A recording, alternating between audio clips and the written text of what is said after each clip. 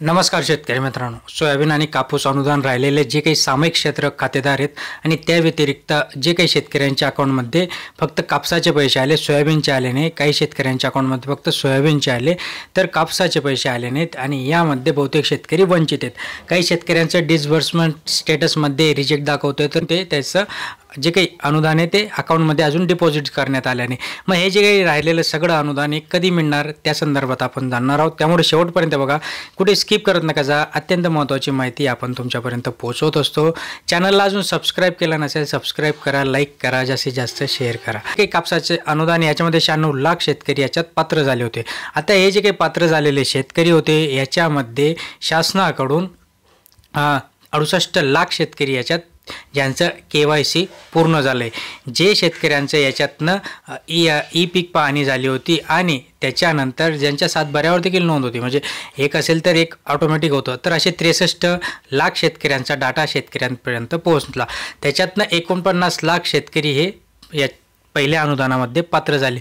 जे राहिलेलं अनुदान हे का टाकण्यात आलं नाही याच्या मागचं एक मोठं कारण आता बाहेर आलं आहे, कारण की राज्याच्या तिजोरीमध्ये जो काही पैसा होता तो पैसा अद्यापही पूर्ण नाही आहे आणि म्हणून हे जे अनुदान हे राहिलेले आहे अशा एक बातमी काल समाज माध्यमांमध्ये आली। कारण की ज्या पद्धतीने सरकार वेगवेगळ्या ठिकाणी पैशांचा वारेमाप खर्च करते, जसं की लाडक्या बहीण योजनेसाठी कंटिन्यू प्रत्येक महिन्याला कोणाला 1500, कोणाला 3500, कोणाला 4500, कोणाला 3000 अशा पैशांची ही वाटणी चालू आहे। आणि जो काही शेतकऱ्यांसाठी राखीव पैसा होता तो राखीव पैसा हा वेगवेगळ्या ठिकाणी कुठं भूमिपूजन होते, कुठे वेगळ्याच कामांसाठी प्रचार, पब्लिसिटी या गोष्टींसाठी, जाहिरातींसाठी खूप काही मोठा खर्च होताना दिसतोय आणि तो खर्च जो शेतकऱ्यांसाठी ऑलरेडी होता, शेतकऱ्यांसाठी त्यांनी तरतूद केलेली होती, वित्त विभागाने देखील त्याच्यासाठी मान्यता दिली होती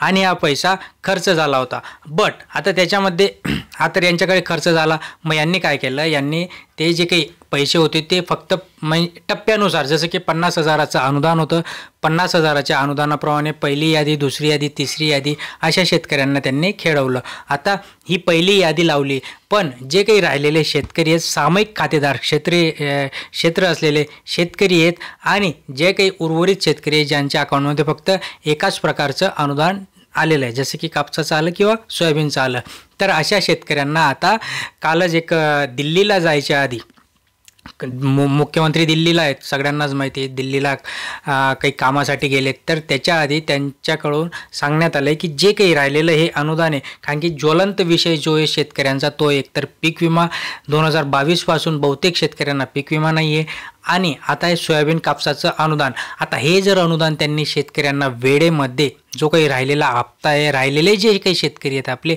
त्यांना वेळेमध्ये नाही दिलं तर त्यांनाही कळून चुकलं हे जे काही सोयाबीन कापसाचं अनुदान आहे हे अनुदान त्यांना नक्कीच भोवणार आहे येत्या विधानसभा निवडणुकीमध्ये। आणि त्या संदर्भातच त्यांनी महत्त्वाचं निर्णय देखील सांगितलं आहे की येत्या जे काही आपलं दसरा आहे, दसरा नाहीतर मग विधानसभेची आचारसंहिता लागण्याच्या आधी, आता आचारसंहितेचे जे काही वारे वाहत आहेत, ज्या पद्धतीने सांगण्यात येते की येत्या दसऱ्यापर्यंत आचारसंहिता लागेल किंवा त्याच्या म्हणजे 17-18 तारखेपर्यंत ही आचारसंहिता लागेल आणि त्याच्याच आधी हे शेतकऱ्यांच्या अकाउंटमध्ये डिपॉझिट करण्यात येणार आहे असंही त्यांनी याच्यातनं सांगितलं आहे। आणि जे काही अजून अनुदान असेल तेही हे दसऱ्याच्या आधी शेतकऱ्यांच्या अकाउंटमध्ये दसरा किंवा आपलं आचारसंहिता हे दोनच आता ऑप्शन आपल्याकडे, त्यांनी ऑलरेडी तारीख पे तारीख खूप काही खेळले, पण हे जे काही राहिलेले शेतकरी आहेत यांना आता त्यांना देणं भागच आहे मित्रांनो, द्यावंच लागणार आहे कुठल्याही परिस्थितीत त्यांना,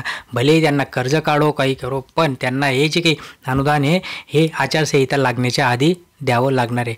सो हे आपल्याला कळून चुकले की आचारसंहितेच्या आधी हे जे काही राहिलेलं अनुदान आहे हे आपल्या अकाउंटमध्ये वर्ग करण्यात येणार आहे मित्रांनो।